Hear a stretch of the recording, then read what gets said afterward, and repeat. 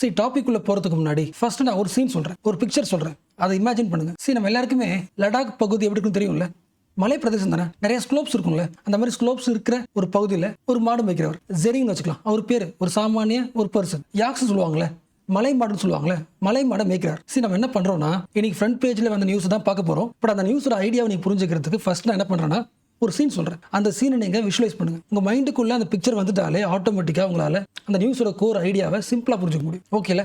So first visualise பண்ணலாம். So லடாக்ல வாடுற ஒரு common person மாடு மேய்க்கிறார். உங்களுக்கே தெரியும்ல, மாடு மேய்க்கும் போது இந்த கோட்டுக்கு தாண்டி போகக்கூடாது, அப்படி ஃபென்ஸா இருக்கும். சம் டேஸ் என்ன பண்ணும், மாடு ரொம்ப தூரம் போகலாம், சம்டைம்ஸ் ஷார்ட்டா வந்துடலாம். அண்ட் சம்டைம்ஸ் இந்த மாடு ரொம்ப தூரம் போனதுக்கு அப்புறம் ஒரு குறிப்பிட்ட தூரம் தாண்டி போனதுக்கு அப்புறம் சோல்ஜர்ஸ் வரலாம். என்ன சொல்லலாம், இதை தாண்டி நீங்க வரக்கூடாது, உங்களோட பிளேஸ் முடிஞ்சு போச்சு அப்படின்னு சொல்லலாம். சம்டைம்ஸ் நீங்க தாண்டி போயிருப்பீங்க, சோல்ஜர்ஸ் வந்திருக்க மாட்டாங்க. இந்த கோர் பாயிண்ட் புரிஞ்சா? சி, மலை பகுதிகளில் இது உன்னோட பகுதி, இது என்னோட பகுதின்னு கரெக்டாக லைனை ட்ராப் பண்ண முடியாதுல்ல. நான் நினைச்சிட்டு இருப்போம் நம்ம ஊர் இது வரைக்கும், பட் அவன் நினைச்சிட்டு இருப்பான் நம்ம ஊர் இது வரைக்கும். அப்போ என்ன உருவாக்கலாம், கான்ஃபிளிக்ட் வரலாம்ல. இதெல்லாம் பேசிக் ரீசன் ஃபார் கான்ஃபிளிக்ட். முக்கியமாக யாருக்கு இருக்கும், இந்தியாவுக்கும் சைனாக்கும். சரி, கண்டிப்பாக உங்களுக்கு புரிஞ்சிருக்கும். பட் இன்னொரு எக்ஸாம்பிள் சொல்கிறேன், ரொம்ப சிம்பிளாக இருந்து ஆரம்பிக்கலாம். தமிழ்நாடு கேரளா, தமிழ்நாடு கேரளாவோட பார்டர் நினைச்சு பாருங்க, இமேஜின் பண்ணி பாருங்க. ரெண்டு ஸ்டேட்டோட பவுண்டரி எங்க ஆரம்பிக்குது எங்க முடியுதுன்றது அந்த பார்டர் லைன் இருக்குல்ல, அது அஃபிஷியலி எல்லாருக்குமே தெரியும். அப்போ லைன் அஃபிஷியலா இருக்கும்போது மேப்ல தெளிவாக போட்டிருக்கும், கரெக்டான சைன் போர்டு போட்டிருக்கும், எல்லாருக்குமே தெரியும் இந்த இடத்துல இருந்து 5 கிலோமீட்டர்ல நம்ம ஊர் முடியுது, இந்த பார்டர்ல இருக்கிற கடைசி வீடு தான் நம்ம ஸ்டேட்டோட எண்டு, கிளியரா தெரியும். பட் இந்த மாதிரி இந்தியாவுக்கும் சைனாவுக்கும் ஒரு கிளியர் பவுண்டரி லைன் கிடையாது. அதாவது ரெண்டு பேருமே அக்செப்ட் பண்ற ஒரு மியூச்சுவல் லைன் கிடையாது. ஸோ பாயிண்ட் கிளியர்ல. ஸோ தமிழ்நாடு கேரளா மாதிரி இந்தியாவுக்கும் சைனாவுக்கும் ஒரு கிளியர் பார்டர் லைன் கிடையாது. ஒரு ஃபென்ஸ் வச்சு இதான் எண்டுன்னு ஒரு ஃபென்ஸோ லைனோ எதுவுமே கிடையாது. இந்தியா என்ன யோசிக்கும், இது வரைக்கும் பார்டர் யோசிக்கும், சைனா இது வரைக்கும் பார்டர் யோசிக்கும். அப்ப ரெண்டு பேரும் அக்செப்ட் பண்ற மியூச்சுவல் அக்செப்ட் பண்ற இன்டர்நேஷனல் பார்டர் இந்தியாவுக்கும் சைனாவும் கிடையாது. அவங்கவுங்க அசியூம் பண்ணிக்கிற லைன் தான் லைன் ஆஃப் ஆக்சுவல் கண்ட்ரோல் தானே. அதாவது இந்தியா எது வரைக்கும் ஆக்சுவலாக கண்ட்ரோல் பண்ணுதோ அந்த கண்ட்ரோல் பண்ற இடம் தான் நம்ம லைன். அதே மாதிரி சைனா யோசிக்கும், நாம எது வரைக்கும் கண்ட்ரோல் பண்றோமோ அந்த கடைசி வரைக்கும் நம்ம லைன். அப்போ அவங்கவுங்க என்ன நினைக்கலாம், அவங்கவுங்களும் தனக்கு பிடிச்ச மாதிரி அசியூம் பண்ணிக்கலாம். அப்போ கிளியரா ஒரு பார்டர் லைன் இல்லைன்னா என்ன வரும், கான்ஃபிளிக்ட் வரும். பாயிண்ட் புரியுதுல? சரி, எப்பொழுதுமே ஒரு இன்டர்நேஷனல் லைன் உருவாகுதுன்னா, இன்டர்நேஷனல் பார்டர் உருவாகுதுன்னா ஃபர்ஸ்ட் அந்த ரெண்டு கண்ட்ரீஸ்க்கும் அக்செப்ட் பண்ற மாதிரி ஒரு அக்ரிமெண்ட் போடுவாங்க. For example India Bangladesh border almost majority settle பண்ணியாச்சு. இந்தியா நேபாள் பவுண்டரி கிளியரா டிமார்க்கெட் பண்ணி முடிச்சாச்சு. பட் இந்தியாவுக்கும் சைனாவுக்கும் அந்த மாதிரி ஒரு அக்ரிமெண்ட் போடப்படல. ஒவ்வொருத்தரும் தனக்கு பிடிச்ச மாதிரி அசியூம் பண்ணிப்பாங்க. என் கண்ட்ரோல் இது வரைக்கும் இருக்கிறதுனால இதான் பார்டர் லைன் அவங்களே யோசிப்பாங்க, லைன் ஆஃப் ஆக்சுவல் கண்ட்ரோல். அப்ப line of actual control is not internationally agreed line. கரெக்டா? சோ இப்போ சொல்லுங்க, ரெண்டு பேரும் அக்ரி பண்ண ஒரு மியூச்சுவல் லைன் இல்லைன்னா அங்க என்ன உருவாகலாம், சண்டை வரலாம்ல, கான்ஃபிளிக்ட் வரலாம், டென்ஷன் வரலாம். ரீசன், இந்தியா என்ன சொல்லும், நான் என்னோட பகுதிக்குள்ள தான் பேட் ரோல் பண்றேன் அப்படின்னு அவன் சொல்லுவான். சைனாக்காரன் நான் என்னோட பகுதியில் தான் பேட் ரோல் பண்றேன் அவன் சொல்லுவாங்க. ஸோ இந்த மாதிரி பார்டர் ஏரியால தான் நிறைய வில்லேஜஸும் இருக்கு. அதுல ஒரு பர்சன் தான் ஃபர்ஸ்ட் பார்த்தோம். அவருக்கு என்ன தெரியாது, எந்த பகுதியோட நம்ம கண்ட்ரி முடியுதுன்றது தெரியாது. ஸோ சம்டைம்ஸ் மாடு மேய்க்கிறதுக்கு அந்த லைனை தாண்டி போகலாம், போலீஸ் அந்த மாடை கேப்சர் பண்ணிக்கலாம். அந்த ரியல் லைஃப் டென்ஷன் புரியுதுல? எஸ். அப்போ இந்த கான்ஃபிளிக்ட்டை சரி பண்றதுக்கு ஃபர்ஸ்ட் என்ன பண்ணணும், ரெண்டு கண்ட்ரி உட்காந்து டீலிமிட்டேஷன் பண்ணுமா, ஏன் லிமிட் எது உன் லிமிட் எது, ரெண்டு கண்ட்ரி உட்காந்து அக்ரிமெண்ட் போட்டு சைன் பண்ணுமா, அந்த வேலையை ஆரம்பிச்சாச்சு. இந்தியாவும் சைனாவும் பார்டர் லிமிட்டேஷன் பத்தி பேச ஆரம்பிச்சிட்டாங்க.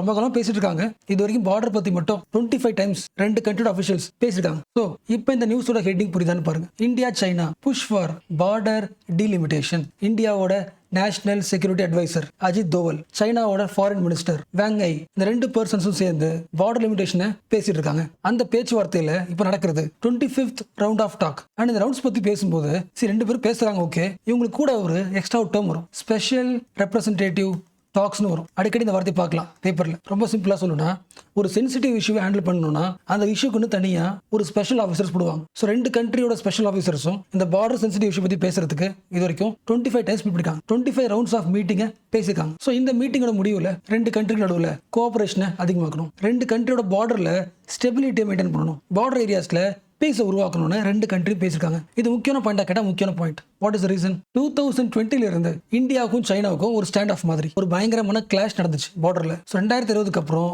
ரெண்டு கண்ட்ரியோட ஹையஸ்ட் அஃபிஷியல்ஸ் மீட்டிங்லாம் ஸ்டாப் பண்ணிட்டாங்க. இல்லை நீங்க எப்படி யோசிக்கலாம், சைனாவோட ஒரு மினிஸ்டர் வந்து இந்தியாவுக்கு வந்து அட்லீஸ்ட் ஒரு 6 இயர்ஸ் 7 இயர்ஸ் ஆயிடுச்சு. ஒரு 6 to 7 இயர்ஸ்க்கு அப்புறம் இப்போதான் ஃபர்ஸ்ட் டைம் இந்தியாவுக்கு வர போறாங்க. இந்தியாவில் பிரிக்ஸ் மீட்டிங் நடக்கும் போது அந்த மீட்டிங்க்கு சைனா மினிஸ்டர் வரலான்னு முடிவு பண்ணியாச்சு. ஆஃப்டர் 7 இயர்ஸ் இந்தியாவுக்கு வராங்க. அண்ட் இந்த ஆப்பர்ச்சுனிட்டி வச்சுக்கிட்டு ரெண்டு கண்ட்ரியோட ஸ்டெபிலிட்டி இம்ப்ரூவ் பண்ணலாம், பார்டரை முடிஞ்சாலும் சரி பண்ணலாம். உங்களுக்கு தெரியும் இந்தியா போயிட்டு இருக்குன்னா பார்டர் இது வரைக்கும் போயிட்டே இருக்கும்ல, லடாக் இருக்கும், அருணாச்சல் பிரதேஷ், நிறைய இடத்துல நிறைய பகுதியில் சைனா பார்டர் இந்தியா கூட மேட்ச் ஆகும். அப்போ இந்தியாவும் சைனா என்ன முடிவு பண்ணிருக்குன்னா இந்த எல்லா பார்டர் ஏரியாஸையும் ஒரு பேக்கேஜ் மாதிரி எல்லாத்தையும் சேர்த்து சீக்கிரமா சரி பண்ணலாம். ஒவ்வொரு பகுதியும் சரி பண்ணா டைம் ஆகும். ஸோ ஒரு பேக்கேஜ் மாதிரி ஏரியாஸை சீக்கிரமா சரி பண்ணிக்கலாம். அதில் ஃபர்ஸ்ட் நம்ம எடுத்துக்க வேண்டியது, அதாவது நம்மளுடைய பார்டர் லிமிட்டேஷனை ஃபர்ஸ்ட் எங்கே ஆரம்பிக்கலாம்? இயர்லி ஹார்வெஸ்ட்லேருந்து ஆரம்பிக்கலாம். அதுக்கு என்ன மீனிங்?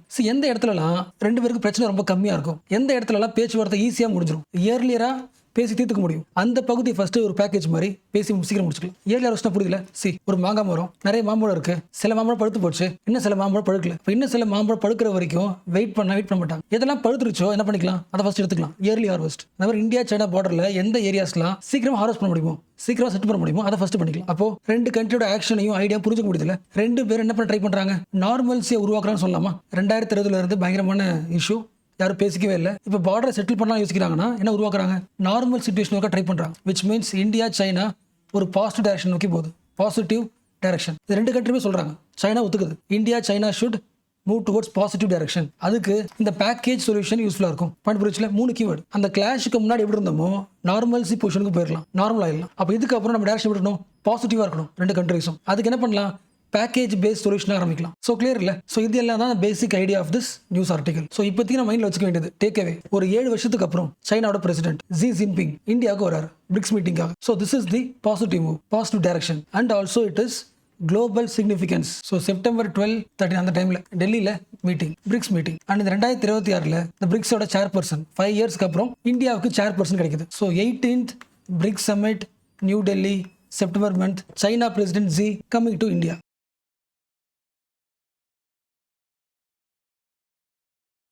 இவர் ஒரு ஃபார்மர். ஃபார் எக்ஸாம்பிள் ஒரு 3 ஏக்கர் லேண்ட் வச்சிருக்காரு, விவசாயம் பண்றாரு. ஜூன் மாசம் வந்துட்டாலே இவரோட ஃபுல் எய்ம் வானத்தை பாக்குறது. So waiting for monsoon. So மழை வந்துச்சுன்னா அவரோட கிராப்ஸ் ஆகும், சர்வைவ் ஆகும். ஸோ சில இயர்ஸ்ல மழை வரும், மழை வந்து கிராப் சர்வே ஆகும்.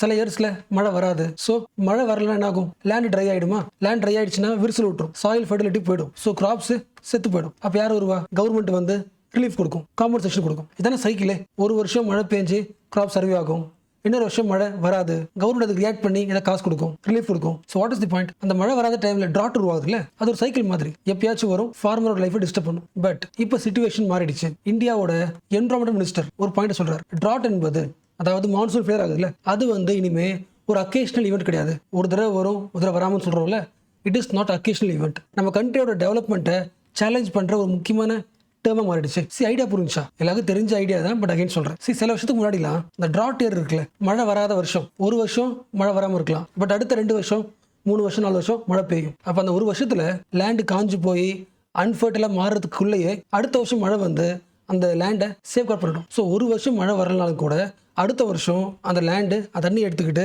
நார்மல் ஆகிடும். இதெல்லாம் பழைய ஸ்டோரி. இப்போ சிச்சுவேஷன் எப்படி மாறி இருக்கு, இந்த வருஷம் மழை பெய்யலனா ட்ராட்னா தொடர்ந்து அடுத்த வருஷமும் ட்ராட், அதுக்கு அடுத்த வருஷமும் ட்ராட். பாயிண்ட் புரியுதா? முதல் ட்ராட்ல இருந்து அந்த லேண்ட் ரீகவர் ஆகிறதுக்குள்ள அடுத்த வருஷமும் ட்ராட். இந்த லேண்ட் என்ன ஆகும், இன்னும் வஸ்டா மாறும். லேண்டுக்கு அது ரீகவர் ஆகிறதுக்கான டைம் இருக்காது. அடுத்த வருஷம் மழை வரும் பார்த்தா வராது. ஸோ தொடர்ந்து ட்ராட் வந்து ஒட்டுமொத்தமா லேண்டு காலி பண்ணும். இப்போ புரியுதா? பழைய ஸ்டோரியில ட்ராட்ன்றது இட் இஸ் அக்கேஷனல் ஈவெண்ட். இப்போ it becomes the drought becomes the developmental challenge. Logic புரியுதுல? இன்னும் டீட்டெயிலாக சொல்லணும்னா தொடர்ந்து 1 வருஷம் 2 வருஷம் 3 வருஷம் ட்ராட் வந்துகிட்டே இருக்கு கண்டினியூஸா. லேண்ட் ட்ரை ஆகுது, ரீஸ்டோர் பண்ண முடியல, இன்னும் ட்ரை ஆயிடுது. ஸோ சாயில் என்ன ஆகுது, டேமேஜ் ஆகுது. சாயில் டேமேஜ் ஆயிடுச்சுன்னா கிராப்ஸோட ப்ரொடக்ஷன் ஆகும், ப்ரொடக்ஷன் குறைஞ்சு போயிடும். ப்ரொடக்ஷன் குறைஞ்சிச்சுன்னா மார்க்கெட்ல ஃபுட் அவைலபிலிட்டி குறைஞ்சிரும். அப்போ ஒரு கண்ட்ரியோட டெவலப்மெண்ட்டுக்கு முக்கியம், ஃபுட் சிஸ்டம் முக்கியம். இதுக்கு முன்னாடி ட்ராட்ன்றது அக்கேஷனல் ஈவெண்ட். ஒரு வருஷம் வந்தா கூட அடுத்த வருஷம் மழை பெஞ்சு ரீஸ்டோர் பண்றோம். இப்போ தொடர்ந்து இந்தியாவோட டெவலப்மெண்ட் ஃபுட் சிஸ்டத்தையே கை வைக்குது. அப்போ இதுக்கப்புறம் இந்தியாவோட டெவலப்மெண்ட் என்ன பண்ணலாம், இந்தியாவோட டெவலப்மெண்ட்டுக்கு ஒரு பிளான் பண்ணலாம்னு முடிவு பண்ணும்போது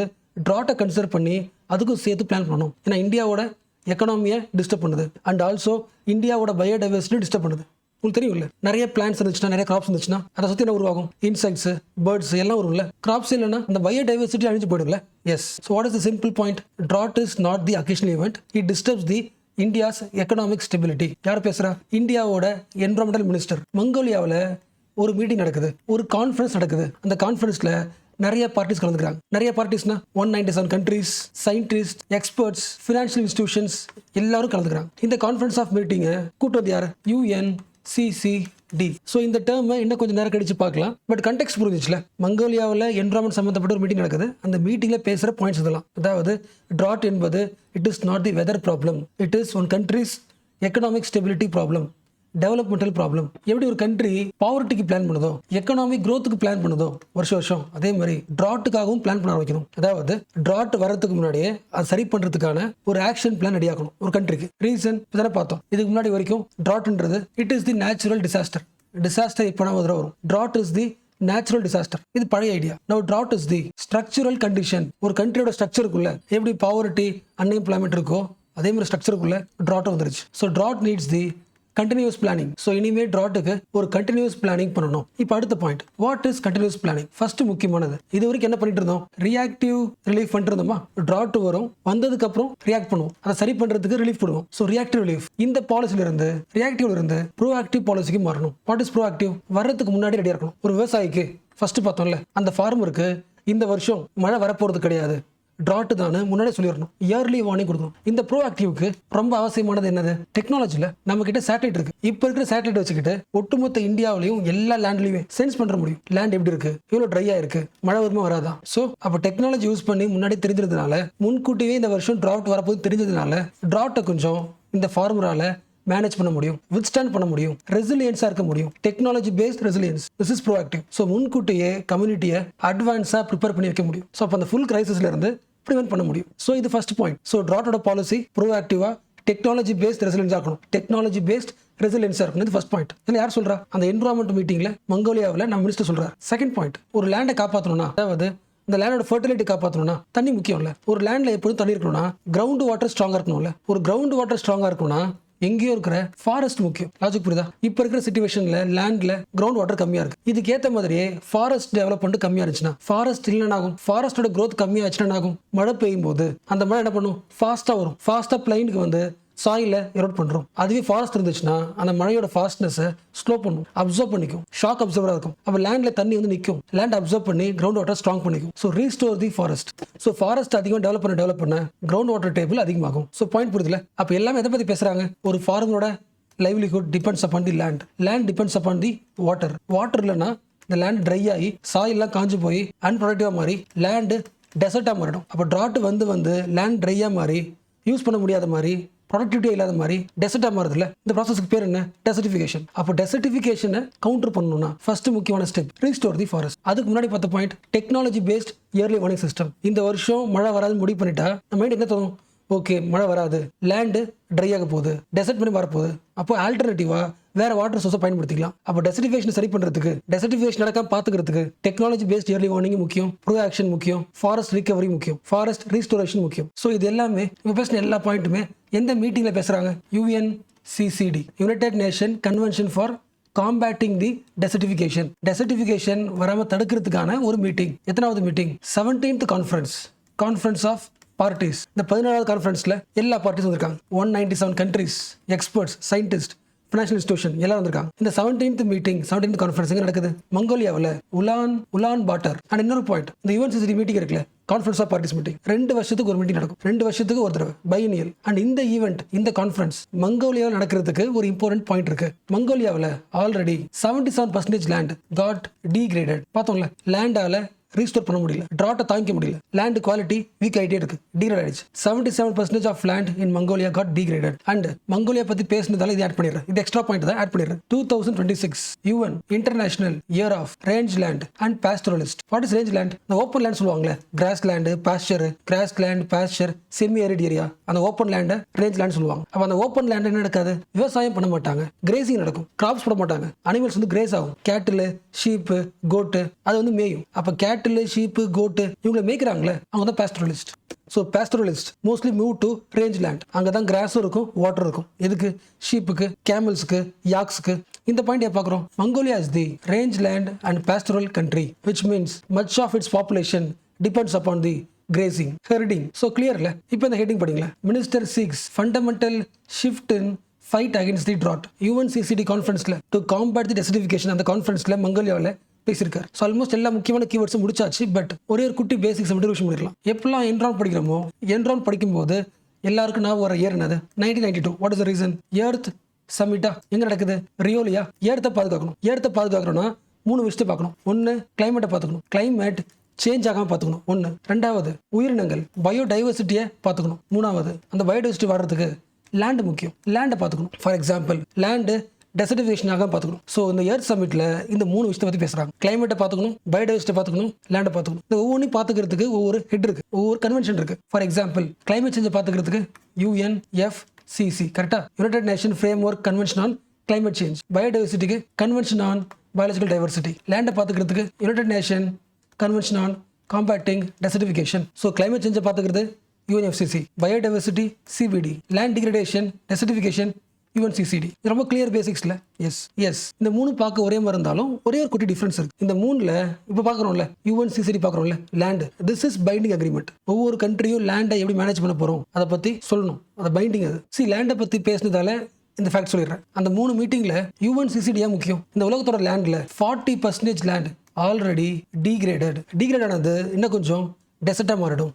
அதுக்கு முன்னாடி டெசர்டிஃபிகேஷனை ஸ்டாப் பண்ணணும். தேர்ஃபோர் UNCCD-யோட இந்த conference of parties is most important. So most important அர்த்தம் வெறும் பேசுறது மட்டும் இல்லாமல் இட் இஸ் லீகலி பைண்டிங். ஒவ்வொருத்தவங்க என்ன பண்றாங்கன்னா it should be measured. And ப்ராப்ளத்துக்கான சொல்யூஷனுக்கு we need investment solution. Point புரியுதுல, எங்க கண்ட்ரியில் டெசர்டிஃபிகேஷன் சரி பண்றதுக்கு இந்த ஐடியா ஃபாலோ பண்ண போறோம். சொல்யூஷன் மட்டும் பத்தாது, அதுக்கான இன்வெஸ்ட்மெண்ட்டும் பண்ணணும். ஸோ இன்வெஸ்ட்மெண்ட்டுக்கு ஃபண்ட் இருந்தால் தான் ஒரு குளோபல் பிளானை உருவாக்க முடியல. ஸோ இதெல்லாம் தான் கான்ஃபரன்ஸ்ல பேசுறாங்க.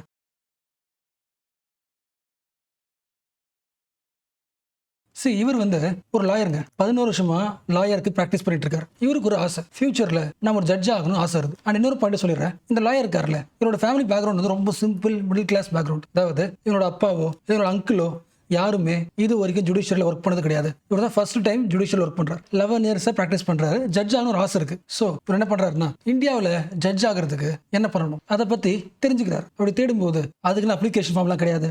அதாவது யாருக்கெல்லாம் ஆசை இருக்கோ ஜட்ஜா இருக்கிறவங்களுக்கு இந்த அப்ளிகேஷன் ஃபில் பண்ணுங்க அப்படின்னு அப்ளிகேஷன் ஃபார்ம்லாம் கிடையாது. எந்த எக்ஸாமும் கிடையாது. இவ்வளவு வேகன்சி இருக்கு, இவ்வளவு ஃபில் பண்ண போறோம், இந்த லிஸ்ட் ஆஃப் நேம் ஃபில் பண்ண போறோம், ரீசன் இது, அந்த மாதிரி ஓப்பன் டிக்ளரேஷன் கிடையாது. ஸோ சர்ச் பண்ணி பார்க்கும்போது எந்த கேட்டும் அவருக்கு தெரியல. Nothing to enter. பாயிண்ட் புரியுதுல, ஏதாவது அப்ளை பண்ணலாமா ஜட்ஜ் எக்ஸாமுக்கு, அப்படி கிடையாது. அப்போ இந்தியாவில் ஒரு ஜட்ஜ் எப்படி உருவாக்குறாரு? ரொம்ப simple. For example supreme court. இப்போ நீ சுப்ரீம் கோர்ட்டோட ஜட்ஜா வரணும்னு ஆசைப்படுறீங்க. அப்போ என்ன பண்ணுவாங்கன்னா சுப்ரீம் கோர்ட்டோட 5 சீனியர் ஜட்ஜஸ், ஏஜ்ல பெரியவங்க, 5 சீனியர் ஜட்ஜஸ், இவங்களா ஒரு க்ளோஸ்ட் டோர்ல இவங்க டிஸ்கஸ் பண்ணி ஒரு ஆளை ஜட்ஜை போடுவாங்க. இவங்க யாரு பேர்லாம் படிச்சாங்க, யாரை ரிஜெக்ட் பண்ணாங்க, என்ன ரீசனுக்கு ஒரு ஆளை சூஸ் பண்ணாங்க, எதுவுமே வெளியே வராது. இந்த சிஸ்டத்துக்கு பேர் என்ன? கொலிஜியம். அதாவது குரூப் ஆஃப் சீனியர் ஜட்ஜஸ். இவங்க டிஸ்கஸ் பண்ணி அடுத்த ஜட்ஜா முடிவு பண்ணுவாங்க. அப்ப அந்த ஃபர்ஸ்ட் ஒரு ஆள் பார்த்தோம்ல, இவருக்கு நம்மளோட பேர் இவங்க டிஸ்கஸ் பண்ணாங்களா இல்லையா, இல்ல டிஸ்கஸ் பண்ணப்பட்டு ரிஜெக்ட் பண்ணிட்டாங்களா இல்லையா, ரிஜெக்ட் பண்ணிருக்காங்களா ரீசன் எதுவுமே தெரியாது. அவர் மைண்ட்ல வச்சுட்டு இருக்க வேண்டியதான், அவன் ஜட்ஜ் ஆகலாம் வாய்ப்பு இருக்கு, எனக்கு நம்மளை பத்தி பேசுவாங்க, எல்லாமே அசம்ஷன். அப்ப அந்த ப்ராசஸ் பார்க்கும்போது ஒரு டெமோக்ராட்டிக் கண்ட்ரியோட ப்ராசஸ் மாதிரி இல்ல. என்ன சொல்ல போனா இந்த சிஸ்டம் இருக்குல்ல, கொலிஜியம் சிஸ்டம், இது இந்தியாவோட கான்ஸ்டியூஷன்லேயே கிடையாது. அப்போ ஒரு ஜட்ஜை எப்படி கிரியேட் பண்ணும் அப்படின்றத இந்த கொலிஜியம் சிஸ்டத்தை கான்ஸ்டியூஷன் கிரியேட் பண்ணிக்கல. ஜட்ஜஸ் அவங்களே தனக்கான ப்ராசஸை கிரியேட் பண்ணி ஃபாலோ பண்ணிருக்காங்க. எப்படி அவங்களே கிரியேட் பண்ணாங்க? ஜுடிஷியல் சிஸ்டத்தை பத்தி நம்ம நிறைய கிளாஸ் ஆல்ரெடி டிஸ்கஸ் பண்ணியாச்சு. நீங்க யூடியூப்ல போயிட்டு judge appointment practice IS academy போட்டா 4-5 வீடியோஸ் இருக்கும். Gender neutrality, transparency, accountability, different dimension நிறைய வீடியோஸ் இருக்கு. பட் ஒன்ஸ் அகைன் இன்னைக்கு கொஞ்சம் ஃபாஸ்ட் ரிவிஷன் பண்ணலாம். ஓகே, அப்ப கான்ஸ்டியூஷன்ல இல்லாத ஒரு சிஸ்டத்தை ஜட்ஜஸ் அவங்களுக்கான சிஸ்டத்தை எப்படி உருவாக்குனாங்க? ஜஸ்ட் 3 ஸ்டெப்ல நான் படிச்சிருப்போம்ல, 3 judge cases, 3 cases. First step 1981ல டிபேட் வருது, கோர்ட்ல கேஸ் வருது. ஜட்ஜை சூஸ் பண்றதுல யாரோட வாய்ஸ் ப்ரையாரிட்டி, யாருக்கு பவர் இருக்கு? கவர்மெண்ட்டுக்கு தான் பவர் இருக்கு அப்படி சொன்ன case first case. Second step 1993 same question, ஜட்ஜை முடிவு பண்றதுல யாருக்கு பவர் இருக்கு? கவர்மெண்ட்டுக்கு பவர் கிடையாது, ஜுடிஷியரி தான் பவர் உண்டு. அதாவது ஜுடிஷியரியில் ஒர்க் பண்ற சீஃப் ஜஸ்டிஸ் பிளஸ் சில senior judges. So chief justice plus senior judges சேர்ந்து முடிவு பண்ணுவாங்க. ஸோ கவர்மெண்ட்டுக்கு பவர் கிடையாது. முன்னாடி சொல்லியிருந்தாங்கன்னா அதை ரிவர்ஸ் பண்றோம் நாங்கள். Second step. அடுத்த தேர்ட் ஸ்டெப். செகண்ட் ஸ்டெப்ல சொன்ன அதே விஷயத்தை இன்னும் கொஞ்சம் ஸ்ட்ராங் ஆக்குறாங்க. 1998 third case. ஒரு பாடி உருவாக்கிடலாம். அந்த பாடியில் 5 பேர், 5 senior judges, 5 member group, 5 member collegium. இவங்க தான் அடுத்த ஜட்ஜி யாருன்னு முடிவு பண்ணுவாங்க. அப்போ கொஸ்டின் வருது இல்ல, ஒரு ஜுடிஷியரி தனக்கான ஓன் ஜட்ஜை எப்படி முடிவு பண்ணிக்க முடியும்? எந்த விதமான டிரான்ஸ்பரன்சி இல்லாம அந்த கொஸ்டினுக்கு என்ன ஆன்சர் பண்றாங்க? இல்ல, இந்தியாவில் ஜுடிஷியரின்றது ஒரு இண்டிபெண்டன்ட் சிஸ்டம். ஒரு தீர்ப்பு தரும்போது ஒவ்வொரு ஜட்ஜும் இண்டிபெண்டா செயல்படணும். அப்ப அந்த ஜட்ஜை முடிவு பண்ற, அந்த ஜட்ஜை அப்பாயிண்ட் பண்ற இடத்துல கவர்மெண்ட் இருந்துச்சுன்னா கவர்மெண்ட் அந்த ஜட்ஜை இன்ஃபுளுன்ஸ் பண்ணலாம். அப்போ ஜட்ஜ் அப்பாயின்மெண்ட் ப்ராசஸ்ல யாரும் உள்ள வராதீங்க. தனக்கான ஜட்ஜை இண்டிபெண்டா ஒரு குரூப்பை ரெடி பண்ணிக்கும். ஸோ பொலிட்டிக்கல் ப்ரெஷர் பாசிபிலிட்டி இருக்கிறதுனால இந்தியாவில் கொலிஜியம் சிஸ்டம் தான் கரெக்டாக சொல்லியாச்சு. ஒரு ஆங்கிள் பார்த்தோன்னா பாலிடிக்ஸ்ல இருந்து, கவர்மெண்ட்ல இருந்து ஜுடிஷியரி தனியாக ஒர்க் பண்ண வேண்டியது அவசியம். So independence is right. So collegium system இண்டிபெண்டா ஒர்க் பண்ணலாம், அது ஓகே. இண்டிபெண்டா ஒர்க் பண்றது வேற, சீக்கிரட்டா ஒர்க் பண்றது வேற. பாயிண்ட் புரியுதுல? அந்த 5 பேர் சேர்ந்து யாரை சூஸ் பண்றாங்க, என்ன ரீசன் சூஸ் பண்றாங்க, ஏன் ரிஜெக்ட் பண்றாங்க, எந்த ரீசனும் வெளியே வராது. அப்போ இதுக்கு பேர் இண்டிபெண்டன்ட் ப்ராசஸ் கிடையாது, இதுக்கு பேரு secret process. This is against transparency தானே, இட் இஸ் அகேன்ஸ்ட் அக்கௌண்டபிலிட்டி தானே. இது வரைக்கும் பாயிண்ட் புரியுதுல? ரொம்ப சிம்பிள் தானே. அப்ப இந்த இஷ்யூவோட கோர் கான்ஃபிளிக்ட் புரியுதா? அதாவது ஒரு சிஸ்டத்தை மக்கள் நம்பணும்னா அது எப்படி இருக்கணும்? டிரான்ஸ்பரன்சியா இருக்கணும்ல. அப்ப அந்த அப்பாயின்மெண்ட் சிஸ்டம் இண்டிபெண்டா பண்ணாலும் அதோட ப்ராசஸ் ஓப்பனா சொல்லலைன்னா மக்களுக்கு அந்த இன்ஸ்டிடியூஷன் மேல ட்ரஸ்ட் குறைஞ்சிரும். So what is the point? மக்களுக்கு ஒரு இன்ஸ்டிடியூஷன் மேல ட்ரஸ்ட் வரணும்னா இண்டிபெண்டாவும் செயல்படணும், பிளஸ் அக்கௌண்டபிலிட்டியா இருக்கணும்ல. வெரி பேசிக் ஐடியா இல்ல. ஸோ இப்போ சொல்லுங்க, இது வரைக்கும் நம்ம என்ன பார்த்திருக்கோம்? ஒரே ஒரு பாயிண்ட் தான் பார்த்துருக்கோம். ஜட்ஜஸ் தனக்கான செலெக்ஷன் ரூம் அவங்களே கிரியேட் பண்ணிட்டாங்க. கிரியேட் பண்ணி அந்த விண்டோவை டோரை க்ளோஸ் பண்ணிட்டாங்க. ஸோ பப்ளிக்கால அதை பார்க்கவே முடியாது. இதானே பார்த்தோம். So collegium room is closed. But ஆக்சுவலாக பார்த்தோன்னா எப்பொழுதுமே இந்த ரூம் இருக்குல்ல, கொலிஜியம் ரூம் எப்பவுமே டைட்லி க்ளோஸ்டா இருந்துச்சா அப்படின்னு பார்த்தா அப்படி கிடையாது. அக்டோபர் 2017 அந்த டைம்ல இந்த கொலிஜியம் சிஸ்டம் சில நியூ ஸ்டெப்ஸ் எடுத்துச்சு. அவங்களுக்கே தெரிய வருது, அவங்களுக்கே தெரியுது, நாமளே டிசைட் பண்ணிக்கிறோம். அட்லீஸ்ட் என்ன பண்ணலாம், நம்ம என்ன பண்றோமோ அந்த வேலையை வெளியே சொல்லலாம். ஸோ கொலிஜியம் என்னென்ன தீர்மானங்களை உருவாக்குச்சோ, என்னென்ன ரெசல்யூஷன் உருவாக்குச்சோ அது எல்லாத்தையுமே பப்ளிஷ் பண்ணுச்சு. அதாவது ஒரு பர்சனை ஜட்ஜா சூஸ் பண்ணிருக்கோம்னா என்ன காரணத்துக்கு ஜட்ஜா சூஸ் பண்ணிருக்கோம், இவரை நம்ம ஏன் சூஸ் பண்ணோம் அப்படின்னு ஒரு ஷார்ட் நோட், டீடைல் கிடையாது, ஒரு ஷார்ட் நோட். பட் எனிவே நமக்கு தெரிய வரும் இவர் ஜட்ஜானதுக்கான காரணம் ஒரு ரீசன் இருக்கு. அப்ப இந்த ப்ராசஸ்ல என்ன இருக்கு? டிரான்ஸ்பரன்சி இருக்குல்ல. எந்த ஜட்ஜி வராங்க, வாட் இஸ் த ரீசன் தெரிய வருது. பட் என்ன ஆச்சுன்னா வருஷங்கள் போக போக அந்த ரீசன் இன்னும் ஷார்ட் ஆகிட்டு இருந்துச்சு. வருஷங்களுக்கு போக போக அந்த ரீசன் ரொம்ப வேகமாக மாறிடுச்சு. அதாவது என்ன சொல்றாங்கன்னு புரியாத அளவுக்கு கம்மி ஆக்கிட்டு கடைசியாக ஸ்டாப்பே பண்ணிட்டாங்க. நவம்பர் 28, 2024 அப்புறம் கொலிஜியம் அந்த ரீசனை பப்ளிஷ் பண்றதை ஸ்டாப் பண்ணிடுச்சு. So what is the point? 2017 open பண்ண விண்டோ 2024 க்ளோஸ் ஆயிடுச்சு. அதனை பார்த்தோம். அண்ட் ஆல்சோ 2025 அப்ப இருந்த சீஃப் ஜஸ்டிஸ் ஆஃப் இந்தியா இதுக்கு காரணத்தையும் சொன்னார். B.R. கவாய் என்ன சொன்னாரு? இந்த கொலிஜியம் வந்து எந்த ஜட்ஜை அப்பாயிண்ட் பண்ணலாம், யாரை ஜட்ஜா போடலாம், யாரை ரிஜெக்ட் பண்ணலாம் டிஸ்கஸ் பண்றோம்ல, அதை பப்ளிஷ் பண்ண என்ன ஆகும்? ஃபார் எக்ஸாம்பிள் இந்த பர்சனை பத்தி நாங்கள் டிஸ்கஸ் பண்ணிருக்கோம், பட் நாங்கள் ரிஜெக்ட் பண்ணிட்டோம், இவரை ஜட்ஜா மாத்தல, ரீசன் இதுன்னு போட்டா அவர் நேம் என்ன ஆயிடும்?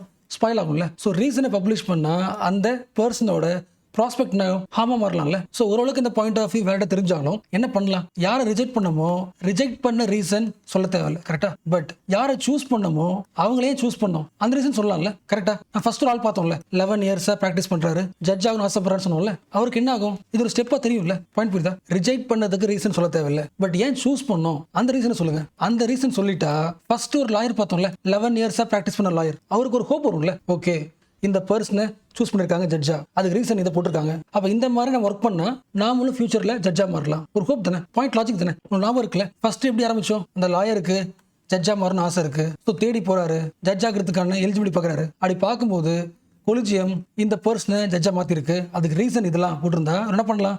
சின்ன வயசுலேருந்து அந்த ரீசனுக்கு ஏற்ற மாதிரி தன்னை டெவலப் பண்ணிக்கலாம்ல. பட் என்ன பண்ணல கொலிஜியம்? எந்த ரீசனும் தரல. பட் நல்லா யோசிக்கல, ரீசன் இந்த வார்த்தையோட முக்கியமான கோர் ஃபவுண்டேஷன் யாரு? ஜுடிஷியரி தானே. பாயிண்ட் புரியுதா?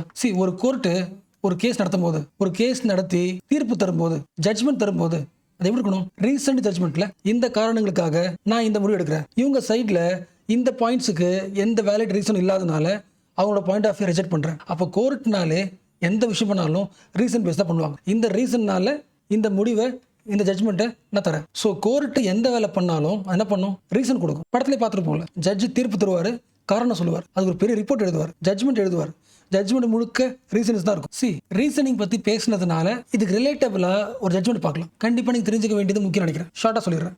இதுக்கு பேர் வந்து மீடியா ஒன் ஜட்ஜ்மெண்ட் 2023. ரொம்ப சிம்பிள். மீடியா ஒன்ன்றது கேரளாவில் இருக்கிற ஒரு மீடியா, அதாவது மலையாளத்துல ஒர்க் ஆகிற ஒரு நியூஸ் சேனல். அந்த சேனல்ல பிளாக் பண்ணிட்டாங்க, கவர்மெண்ட் பிளாக் பண்ணிடுச்சு. கவர்மெண்ட் எந்த விதமான ரீசனும் சொல்லாமலே பிளாக் பண்ணிடுச்சு. அப்ப அந்த சேனல் என்ன பண்ணும்? கோர்ட்டுக்கு போகும்ல, ஹை கோர்ட்டுக்கு போகுது. கோர்ட்டுக்கு போய் சொல்லுது, எங்களை பிளாக் பண்ணிட்டாங்க, ரீசனே சொல்லல. உடனே கவர்மெண்ட் என்ன பண்ணுது? ஒரு பேப்பர்ல, ஒரு கவர்ல இதெல்லாம் ரீசன்ஸ் சொல்லி சீக்கிரட்டா மடிச்சு யாரு விக்டிமோ அவங்ககிட்ட தராம டைரக்டா கோர்ட்ல சப்மிட் பண்ணியாச்சு. அதாவது ஒரு சீல்டு என்வலப்பை ஜட்ஜு கிட்ட மட்டும் கொடுத்து இதை படிச்சு பாத்துங்க, இதான் ரீசன் கொடுத்தாச்சு. சீக்ரசி. ஜட்ஜும் படிச்சு பாக்குறாரு, படிச்சு பார்த்துட்டு அந்த டிவி சேனல்ல பிளாக் பண்ணிடுறாரு, ரீசன் சொல்ல. அப்ப ஒரு கவர்மெண்ட்டும் ஈவன் கோர்ட்டும் ஒன்னா சேர்ந்து ஒரு காரணமே சொல்லாம ஒரு டிவி சேனல்ல பிளாக் பண்ணிருக்கு. இப்படி நடந்திருக்கு. பட் மீடியா ஒன் சேனலுக்கு கடுப்பாயிடுச்சு, அப்பீலுக்கு போறாங்க சுப்ரீம் கோர்ட். சேம் பாயிண்ட் சொல்றாங்க, எங்களை பிளாக் பண்ணிட்டாங்க, பட் ரீசனே சொல்லல, ரீசன் சொல்லுங்க. ஒன்ஸ் அகைன் இந்த சீல்டு என்வலப்பை சுப்ரீம் கோர்ட் ஜட்ஜுக்கு யார் தரா? கவர்மெண்ட் தருது. பட் இந்த டைம் சுப்ரீம் கோர்ட் ஜட்ஜ் சிம்பிளா சொல்லிட்டாரு, எந்த ஒரு ஜட்ஜ்மெண்ட்டும் ரீசன் இல்லாம எடுக்க முடியாது, ஜட்ஜ்மெண்ட்ல சீக்ரசி இருக்கக்கூடாது. இந்த சீக்ரசி சீல்டு என்வலப்லாம் ப்ரொசீஜரே கிடையாது. ஸோ கோர்ட் வந்து எந்த விஷயத்தையும் ரீசன் இல்லாம ஜட்ஜ்மெண்ட் கொடுக்காது. இது ஃபர்ஸ்ட் பாயிண்ட். அடுத்த சீல்டு கவர் ஓப்பன் பண்ணி ரீசன்ஸை சொல்றாங்க. ரீசன்ஸ் எல்லாம் எப்படி இருக்கு? நேஷனல் செக்யூரிட்டி காரணமாக இந்த சேனலை பிளாக் பண்ணலாம். என்னன்னா இந்த டிவி சேனல்ல மோஸ்ட் ஆஃப் தி பாயிண்ட்ஸ் கவர்மெண்ட்டை கிரிட்டிசைஸ் பண்ற மாதிரி தான் நிறைய போடுறாங்க. ஒரு முஸ்லீம் ஆர்கனைசேஷன் கூட கனெக்ஷன் இருக்கு. சிட்டிசன்ஷிப் ப்ரொடெஸ்ட் பத்தி நிறைய நியூஸ் போட்டிருக்கு. இதெல்லாம் ரீசன்ஸ். சுப்ரீம் கோர்ட் படிச்சு பார்த்துட்டு ஒரு டிவி சேனலுக்கு கவர்மெண்ட்டை கிரிட்டிசைஸ் பண்ணுறது ரைட்ஸ் உண்டு. Criticism is not the national security thread அப்படின்னு சொல்லி அந்த சேனலை அன்பிளாக் பண்ணியாச்சு. பிளாக் பண்ணதை தூக்கியாச்சு. ஸோ கோர்ட் சொன்ன பாயிண்ட் என்ன, நேஷனல் செக்யூரிட்டி லெவலுக்கு நேஷனல் லெவலில் இந்த டிவி சேனலால் ஒரு த்ரெட் இருக்குன்னு சொல்கிற அளவுக்கு ரீசனபிளாக இல்லை. காரணம் நீ லிஸ்ட் போட எந்த காரணமும் நேஷனல் செக்யூரிட்டி த்ரெட் பண்ணுற அளவுக்கு வேலிட் ரீசனாக இல்லை.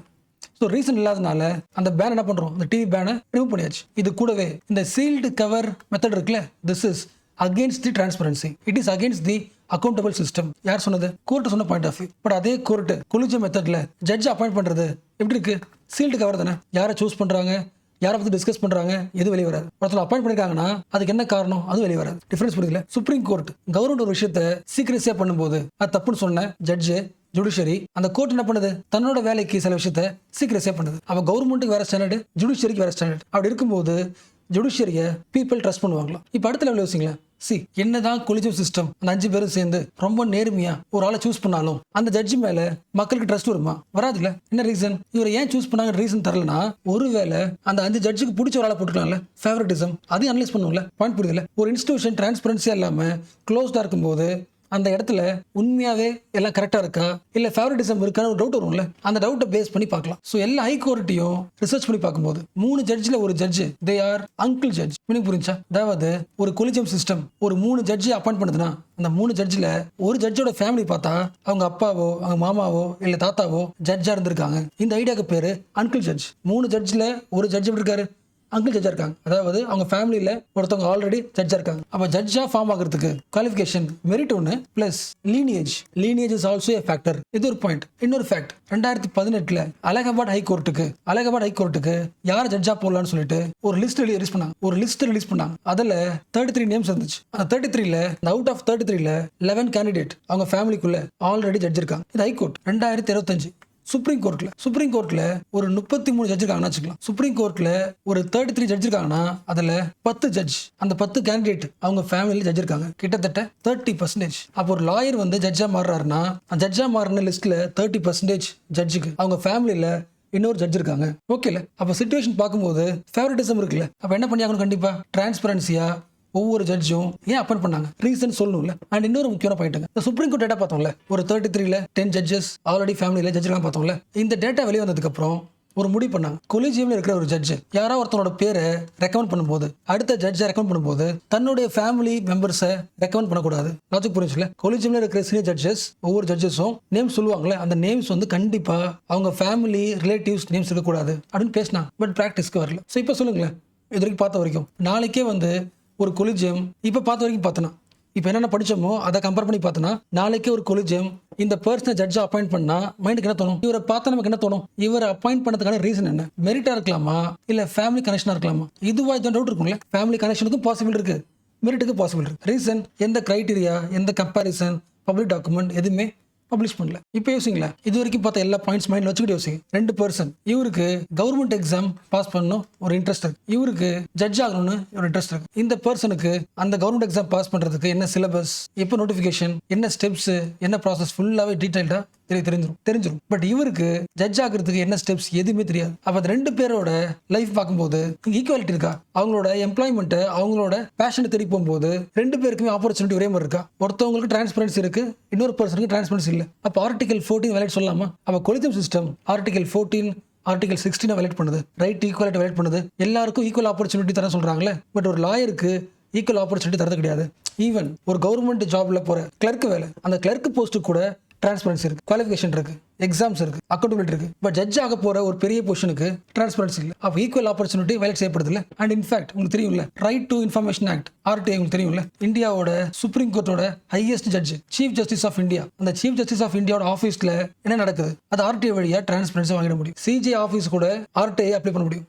பட் கொலிஜியம் என்ன நடக்குதுன்னு RTI அப்ளை பண்ண முடியாது. This is the status. So this is the India status about the becoming the judge. And also நம்ம நிறைய தடவை டிஸ்கஸ் பண்ணியிருக்கோம், இந்தியாவில் ஃபாலோ பண்ற மெத்தட் மாதிரி எந்த கண்ட்ரிலுமே கிடையாது. பிரிட்டன்ல, யூகேல ஃபார் எக்ஸாம்பிள் நோட்டிஃபிகேஷன் ரிலீஸ் பண்ணுவாங்க, இந்த ஹை கோர்ட்ல வேகன்சி இருக்கு, இத்தனை வேகன்சி இருக்கு, எல்லா எலிஜிபிள் கேண்டிடேட்ஸும் அப்ளை பண்ணலாம். ஸோ ஒவ்வொரு கேண்டிடேட்டா இன்டர்வியூ நடக்கும். அந்த இன்டர்வியூ ரன் பண்றது ஜுடிஷியல் அப்பாயின்மெண்ட் கமிஷன் இருக்கும். அது என்ன பண்ணும், ஒவ்வொருத்தவங்களும் இன்டர்வியூ பண்ணிட்டு ஓப்பனா ஸ்ட்ரக்சர்டா டிரான்ஸ்பரன்சியா சொல்லிடும். இதே மாதிரி ஆல்ரெடி பார்த்தது தான் சவுத் ஆப்பிரிக்காவில் இருக்கு. இப்போ TNPSC மாதிரி ஜுடிஷியல் சர்வீஸ் கமிஷன் அப்ளை பண்ணலாம், இன்டர்வியூ நடக்கும்.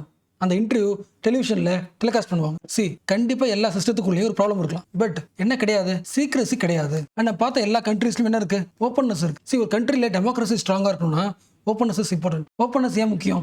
ஒரு முக்கியமான ஒரு டேர்ம் இருக்கு, உங்களுக்கு தெரிஞ்சது தான், சோஷியாலஜியில் படிச்சிருக்கோம், பப்ளிக் ஸ்பியர். ஞாபகம் இருக்கா? ரொம்ப சிம்பிளாக சொல்லணும்னா எலெக்ஷன் வச்சுக்கலாம். இந்த எலெக்ஷன் மேலே நமக்கு ட்ரஸ்ட் இருக்குல்ல எல்லாருக்கும், அந்த ட்ரஸ்ட் எப்படி வந்துச்சு? எலெக்ஷனை பற்றி எல்லா மக்களும் பேசுவாங்க. டீ கடையில், பப்ளிக் ஸ்பேஸில் இந்த எலெக்ஷன் என்ன பண்ணுவாங்க, எலெக்ஷன் பற்றி பேசுவாங்க, கிரிட்டிசைஸ் பண்ணுவாங்க, என்கரேஜ் பண்ணுவாங்க. அப்போ எல்லாரும் ஒரு விஷயத்தை பற்றி பேசி பேசி பேசி அந்த இன்ஸ்டியூஷனை ஸ்ட்ராங் ஆகும். அப்போ ஒரு இன்ஸ்டியூஷன் ஸ்ட்ராங்காக இருக்கணும்னா, ஒரு நிறுவனம் ஸ்ட்ராங்காக இருக்கணும்னா அந்த நிறுவனத்தை பற்றி பப்ளிக் ஸ்பியர்ல பேச விடணும். யார் சொல்றா? ஹெபர்மா சொல்றார். இவரோட ஐடியா தான் பப்ளிக் ஸ்பியர். எந்த நிறுவனமும் எந்த இன்ஸ்டியூஷனுக்கும் ஒரு லெஜிட்டிமசி உருவாக்கணும்னா அந்த இன்ஸ்டியூஷன் பற்றி மக்கள் டிபேட் பண்ணணும். பட் ஜுடிஷியரியில் கொலிஜியம் பற்றி மக்களுக்கு எதுவுமே தெரியாது, அதை பற்றி பேசுறதுக்கு எந்த பாயிண்ட்ஸும் தெரியாது. அப்போ ஆட்டோமேட்டிக்காக கொலிஜியம் சிஸ்டத்து மேலே லெஜிட்டிமசி வீக் ஆகிடும். ஸோ இந்த எல்லா லேர்னிங்ஸை வச்சுக்கிட்டு நாம கொலிஜியத்துக்கு அட்லீஸ்ட் சில பாயிண்ட்ஸ் முன் வைக்கலாம். ஃபர்ஸ்ட், ஜட்ஜ் அப்பாயிண்ட் பண்ணுறதுக்கு முன்னாடி எத்தனை வேகன்சி இருக்கு, வேகன்சியை பப்ளிஷ் பண்ணுங்க. அந்த வேகன்சி கூட குவாலிஃபிகேஷன் சொல்லுங்க. அந்த குவாலிஃபிகேஷன் யாரெல்லாம் எலிஜிபிளோ எல்லா எலிஜிபிள் கேண்டிடேட்ஸும் அதுக்கு அப்ளை பண்ணுவாங்க. இன்வைட் பண்ணுங்க. எல்லாரும் அனலைஸ் பண்ற மாதிரி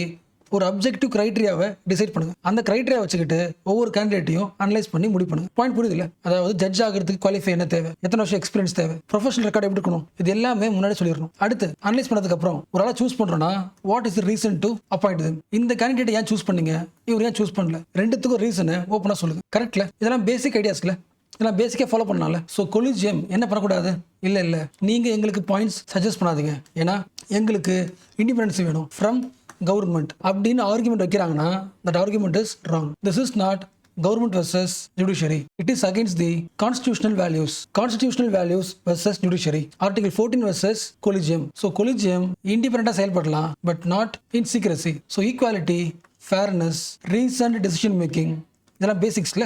ஸோ இதெல்லாம் ஃபாலோ பண்ணால் மட்டும்தான் பப்ளிக்கு ஜுடிஷியரி மேலே ட்ரஸ்ட் அதிகமாகும்ல. ஸோ கிளியர் இல்லை? ஸோ இது வரைக்கும் பார்த்த எல்லா பாயிண்ட்ஸுமே இந்த ஆர்டிக்கலோட சம்மரைஸ். இந்த ஹெட்டிங் படிங்களேன், end the culture of secrecy in judicial appointments. So இந்த ஆர்டிக்கலில் நிறைய ஆர்குமெண்ட் சொன்னாலும் எல்லா ஆர்குமெண்ட்டும் முன்வைக்கிற ஃபர்ஸ்ட் ப்ரையாரிட்டி பாயிண்ட் என்ன? ஒரு ஜுடிஷியரி மேலே பப்ளிக் கான்ஃபிடன்ஸ் அதிகமாகணும்னா இட் ஷுட் பி ஓப்பன்.